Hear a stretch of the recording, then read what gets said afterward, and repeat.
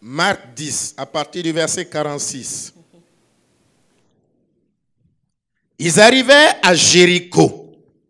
Et lorsque Jésus en sortit avec ses disciples et une assez grande foule, le fils de Timée, Bartimée, mendiant aveugle, était assis au bord du chemin.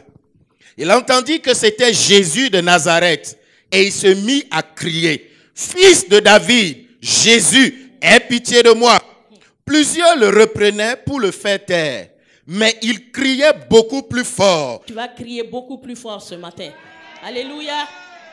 Fils de David, aie pitié de moi. Amen. Jésus s'arrêta et Amen. dit. Jésus s'arrêta. Amen. Jésus s'arrête pour quelqu'un ici ce matin. Amen. On continue. Appelez-le. Ils appelaient l'aveugle en lui disant, prends courage, lève-toi, il t'appelle. L'aveugle jeta son manteau. Amen. Et se levant d'un bond, vint vers Jésus. Amen. Jésus prenant la parole lui dit, que veux-tu que je te fasse? Rabouni, lui répondit l'aveugle, que je recouvre la vue. Amen. Et Jésus lui dit, va, ta foi t'a sauvé. Amen. Aussitôt, il recouvra la vue et suivit Jésus dans le chemin. Amen. Dis à ton voisin, tu es au bon endroit ce matin. Dieu a une parole pour toi ce matin. Alors sois attentif et comprends ce qu'il a à te dire. Il veut te restaurer. Amen. Veuillez reprendre vos places. Ce matin, je voudrais te dire, Jésus passe. Toi, comment l'appelles-tu? Amen. Jésus passe. Toi, comment l'appelles-tu? Amen. Ce matin, je n'ai pas un plan précis pour toi. C'est de façon un peu expositoire, je vais te parler. Le verset 46 commence en disant, ils arrivèrent à Jéricho. Je peux me permettre de dire que Jésus et ses disciples, Jésus et sa troupe, toute la foule qui l'accompagnait, sur la route de Jérusalem, ils passaient par Jéricho. Alors quand ils sont arrivés à Jéricho, on dit que le fils de Timée, Bartimée, le fils de Timée, virgule, Bartimée, son nom, virgule, mendiant aveugle, virgule. Je ne sais pas, chez moi c'est écrit mendiant, virgule, aveugle, virgule, était assis au bord du chemin.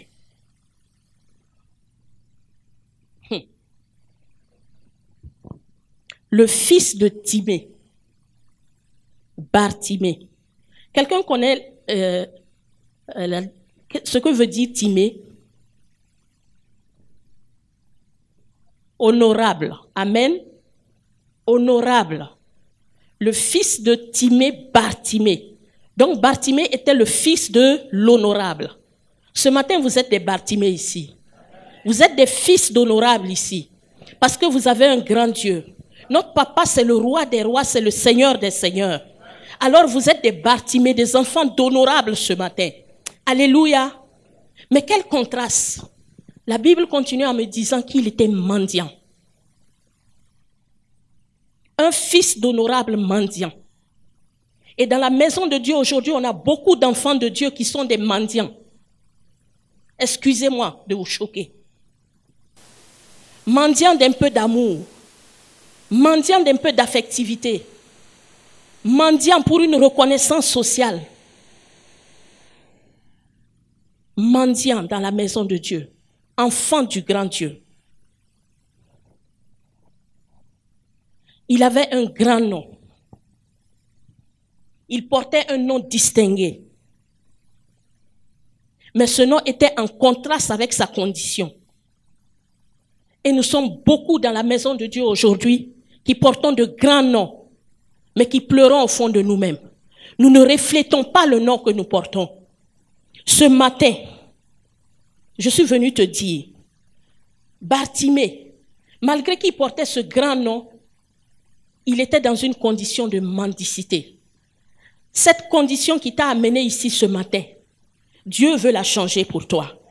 Tu es un fils d'honorable. Tu es un fils du roi des rois. Je suis venu te dire que le nom que tu portes ne compte pas dans la guerre que Satan a livrée contre toi.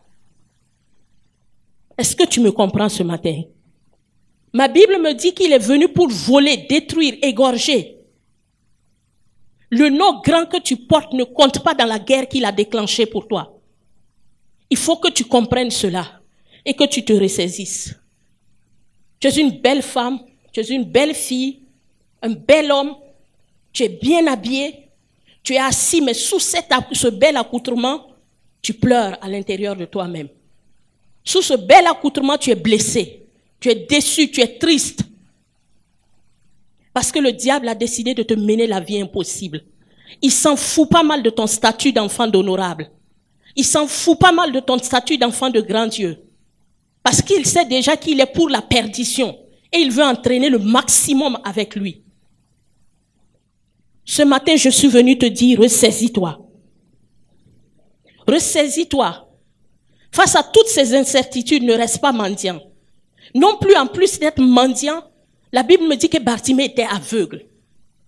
On ne m'a pas dit qu'il est né aveugle. Donc j'estime, je pense, j'imagine que certainement, il voyait avant. Et qu'il a dû être certainement malade de cécité pour perdre la vue. En plus de la mendicité, Bartimée était aveugle.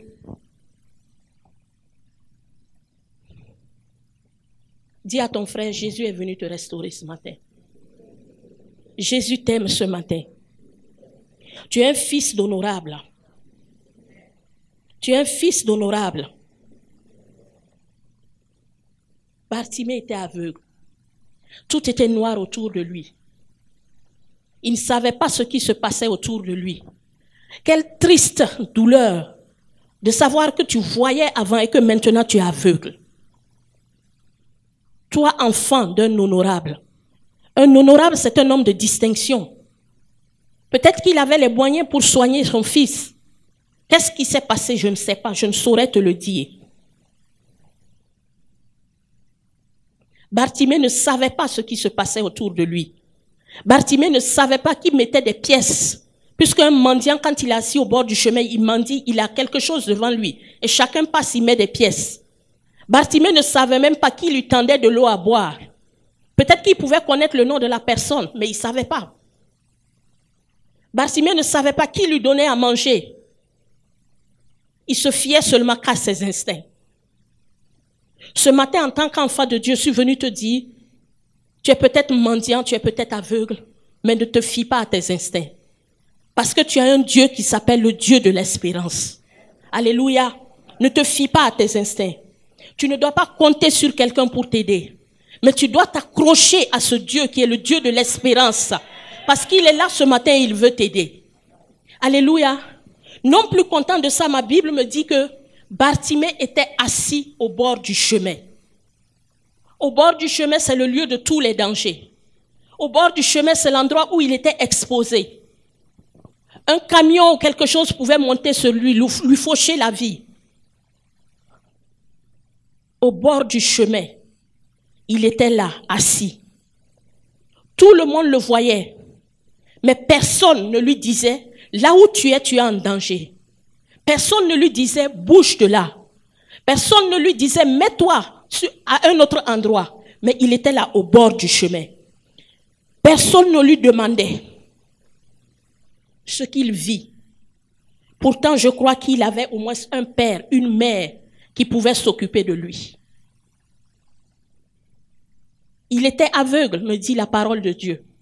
Grâce Académie, une vision, une plateforme, un cadre d'expression et d'épanouissement pour tout l'homme. Une ambassade du royaume de Dieu, un peuple d'adorateurs, un centre multiracial une église sans cloison avec pour seule passion vivre la réalité de l'évangile de Jésus-Christ. Grâce Academy, une voix prophétique et une vision pour sa génération. Situé à Ouaga 2000, à 700 mètres de l'ambassade des États-Unis, côté Est. Grâce Academy. Je suis venu te dire aujourd'hui, ce monde est méchant. Ce monde est méchant. Les gens ne sont pas là pour prendre soin de vous. Les gens ne sont pas là pour prendre soin les uns des autres. Jésus nous encourage à être bons les uns envers les autres, à être là les uns pour les autres. Mais ce monde ne nous dit pas ça. Ce monde nous dit, bats-toi. Malgré ta condition, on s'en fout. Malgré ta condition, débrouille-toi. Et Bartimée était dans cette débrouillardise. Le monde ne cherchera pas à comprendre pourquoi tu es blessé, pourquoi tu es déçu, pourquoi tu es vexé. Mais le monde va te juger.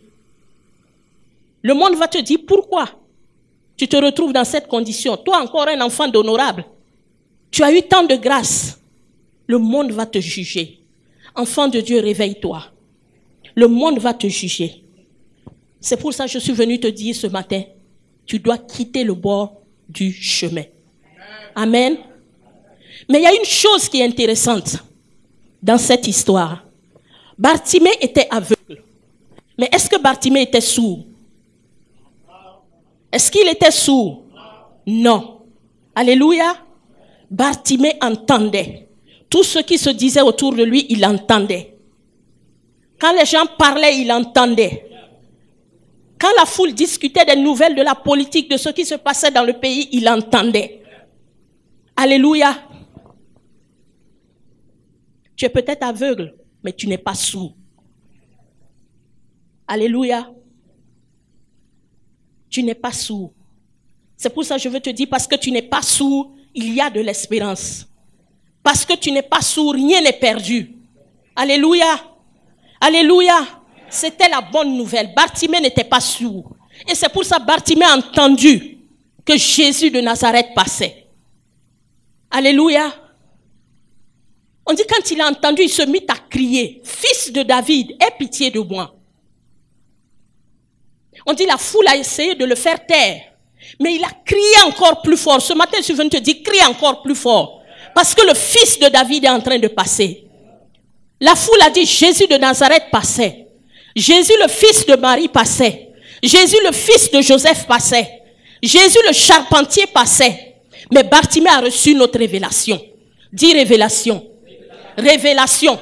Bartimée a reçu la révélation que c'était le fils de David. Alléluia. C'était pas le Jésus de la localité, mais c'était Jésus le fils de David. David était un roi. Bartimée a reçu la révélation que David était un roi et que certainement Jésus c'était le prince. Jésus c'était le tout-puissant. Ce matin on a chanté qu'il y a la puissance dans son nom. On a chanté qu'il est El Shaddai, il est le Dieu digne. Bartimée a reçu la révélation du nom de Jésus. Il y a un nom qui provoque l'onction de Dieu. Il y a un nom qui fait arrêter Dieu. Et c'est de ce nom je suis venu te parler. Alléluia. Puisse Dieu te donner la révélation de ce nom. Alléluia. Il y a un nom qui fait arrêter Jésus. Et ce nom pour Bartimée ce jour, c'était fils de David. Alléluia. Fils de David. Quel est le nom que tu donnes à Jésus ce matin? Qui est-il pour toi?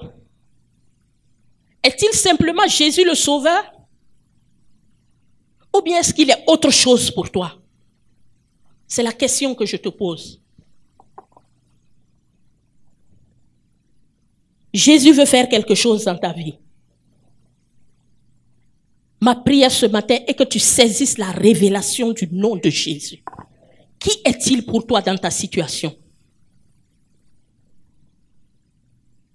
Il s'est révélé dans la Bible à Abraham comme étant El Shaddai, le Dieu tout suffisant, tout puissant, qui tient ses promesses, qui les accomplit. Il s'est encore révélé à Abraham comme étant Jéhovah Jireh. Comment s'est-il révélé à toi? Quel est le nom qu'il t'a révélé, par lequel tu peux crier aujourd'hui pour qu'il s'arrête? Il s'est révélé à Anne comme étant l'Éternel qui entend. C'est pour ça Anne a donné le nom Samuel. Samuel veut dire l'Éternel entend. Quand il s'est révélé à Anne, elle a compris. Elle a compris que cet enfant n'était pas n'importe qui. Elle a compris, cet enfant, je dois te le remettre parce qu'il est trop grand pour moi. Et quand elle a osé faire ça, Samuel est né. Imagine-toi Anne, à 2 ans et demi, peut-être moins de 5 ans, laisser son enfant dans le temple. Son enfance, on peut dire, lui a été volée, mais je dirais son enfance ne lui a pas été volée. Parce qu'il était dans la maison de Dieu. Parce que sa maman avait compris. Il n'y a pas eu prophète plus grand en Israël que Samuel. Anne avait compris quand Dieu s'est révélé à elle. Alléluia. Moïse avait reçu la révélation de je suis. Le peuple d'Israël a reçu des noms. Jéhovah Jireh, l'Éternel notre justice. Jéhovah Sabaoth, l'Éternel qui combat pour nous. Alléluia. Quel est le nom que tu as reçu de Dieu ce matin? Dieu veut faire quelque chose pour toi. Comment l'appelles-tu ce matin? Par quel nom s'est-il révélé à toi? Vous savez, dans la Bible, on attribue au nom une grande importance. Car il y a une relation directe entre le nom et la personne. Sa nature profonde qu'il a pour but de révéler. Le nom exprime la personnalité à tel point que savoir le nom de quelqu'un, c'est le connaître intimement. Et même, en un sens, avoir une prise sur lui. Dans la parole de Dieu, connaître le nom de quelqu'un signifie entrer dans le secret de la personne. Signifie connaître intimement la personne. Donc, établir avec cette personne une relation privilégiée. Est-ce que tu as une relation privilégiée avec Dieu? C'est la question que je te pose ce matin. Jean 10, verset 14, Jésus disait, « Je suis le bon berger. Je connais mes brebis et mes brebis me connaissent. » Est-ce que tu connais ton Dieu vraiment ce matin? Est-ce qu'il te connaît vraiment? Si tu veux appeler quelqu'un au milieu d'une foule, tu ne vas pas seulement dire « Hey », personne ne va t'écouter. Il faut connaître le nom de la personne. Hein? Si je veux appeler Joseph au milieu de la foule, je ne vais pas dire « Hey, hey ». Je vais dire Joseph, il entendra son nom et il va se retourner. N'est-ce pas? C'est ce qui s'est passé ce jour. Quand nous prions, nous invoquons quelqu'un que nous connaissons. Alléluia. Est-ce que tu le connais ce matin? La connaissance du nom de Dieu a fermé notre confiance en lui.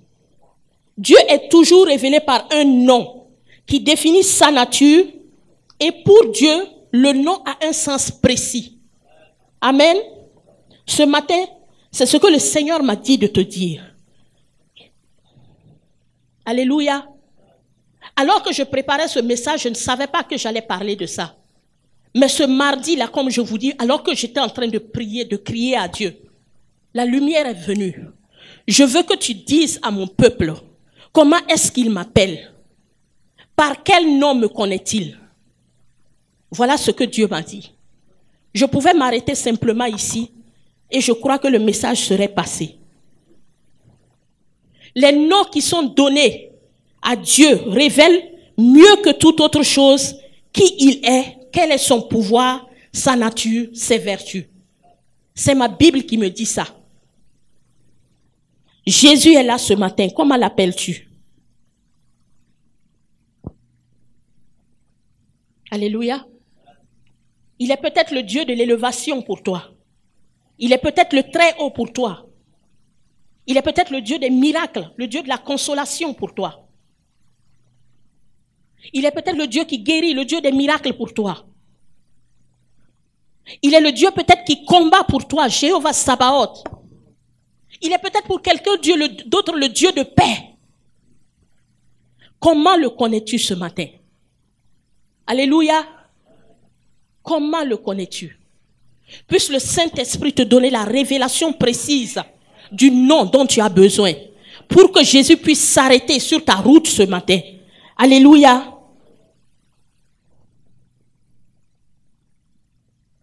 Connais son nom. Connais son nom pour les situations de ta vie. Connais son nom pour ta carrière professionnelle. Connais son nom pour ta vie d'étudiant. Connais son nom pour ton mariage. Là, je veux m'arrêter pour dire aux jeunes, connaissez le nom de Dieu. Dieu a une parole. Il a une révélation pour chaque couple qu'il forme. Cherchez à connaître ce nom pour la destinée qui va vous unir. Parce que ce nom va vous accompagner. Ce nom va vous encourager. Ce nom va vous protéger, il va vous garder. Ce nom va vous redonner de l'espoir. C'est beau le mariage, mais le mariage n'est pas facile. Peut-être que je vais faire peur ou décourager quelqu'un ce matin. Excusez-moi, c'est vrai. On est là-dedans depuis des années, c'est vrai. C'est beau le mariage, mais le mariage n'est pas facile. Alors tu dois connaître, avoir la révélation d'un nom que Dieu t'a donné pour cette destinée avec cette personne précise. Pour que dans les mauvais jours, tu puisses t'accrocher à ce nom. Ça peut être une parole aussi pour quelqu'un. Pour pouvoir tenir ferme. Amen. Donc quel est le nom par lequel Dieu s'est révélé à toi? S'il ne s'est pas encore révélé à toi par un nom, demande-lui. Alléluia. Alléluia. Je pouvais m'arrêter ici. Mais nous avons lu jusqu'au verset 53. Je vais terminer pour dire. Au verset 50, on dit, Jésus, il s'est arrêté. Quand Bartimée a crié, Bartimée a interpellé Jésus. Parce que Bartimée a fait appel aux profondeurs du nom de Jésus. À la généalogie de Jésus. Et je veux dire, entre parenthèses, c'est ce moyen que les griots utilisent. Quand vous allez à des cérémonies et que le griot prend ton nom de famille Koulibaly, il va rentrer dans tes ancêtres, revenir à tes grands-parents, à tes parents, des choses même qu'ils n'ont pas fait, mais des choses glorieuses. Tu es tellement content que tu vas vider ton porte-monnaie. Et c'est ce qui s'est passé. Bartimée a dit, fils de David. Il a appelé à la généalogie de Jésus. Et Jésus s'est arrêté. Et Jésus a fait un miracle pour lui. Jésus a dit de l'appeler. On dit quand Bartimée s'est levé, il a jeté son manteau. Son manteau, c'était l'identité qu'il avait. L'identité de la mendicité. L'identité de la cécité. L'identité des blessures. L'identité de la douleur. Bartimée a jeté et il est allé vers Jésus. Ce matin, je veux te dire, jette ton manteau.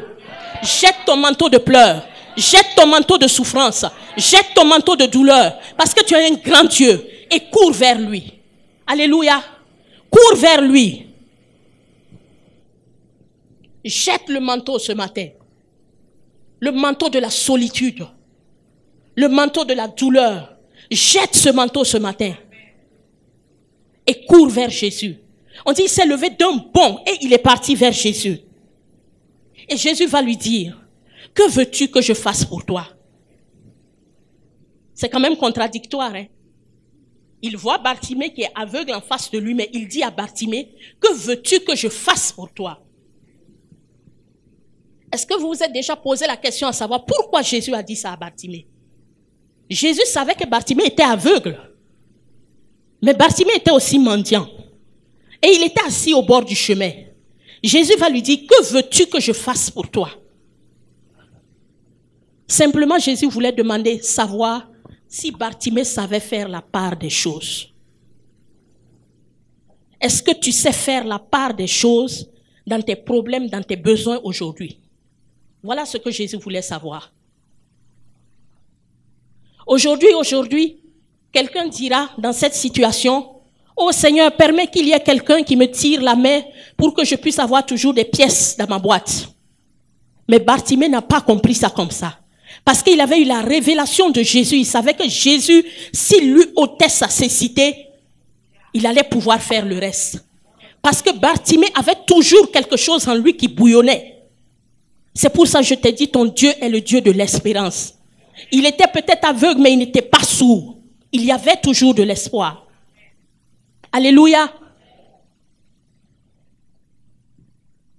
Jésus voulait savoir, est-ce que Bartimée sait faire la part des choses? Il y a des gens ici aujourd'hui, si on leur demande, qu'est-ce que tu veux? Ils ne pourront pas vous répondre du tic au tac. Ils vont commencer à réfléchir. C'est un peu ça. Il faut savoir ce que tu veux avec le Seigneur. Amen. Sache ce que tu veux avec le Seigneur. Est-ce que tu veux être guéri pour seulement dire qu'il t'a guéri et puis ça va? Ou bien tu veux être guéri et puis le suivre sur le chemin? Parce que c'est ce qui est intéressant dans l'histoire de Bartimée. Quand Jésus a guéri Bartimée, quand Bartimée s'est levé et il est allé vers Jésus, la suite du verset dit quoi? Il a suivi Jésus dans le chemin. Du bord du chemin, il a suivi Jésus dans le chemin. Et ma Bible me dit que Jésus est le chemin, la vérité et la vie. Il a suivi Jésus. Ce matin, il s'arrête pour toi. Mais est-ce que ce matin, s'il te répond, tu es prêt à le suivre dans le chemin? C'est la question que je veux te poser. Est-ce que tu es prêt à le suivre dans le chemin s'il te répond ce matin?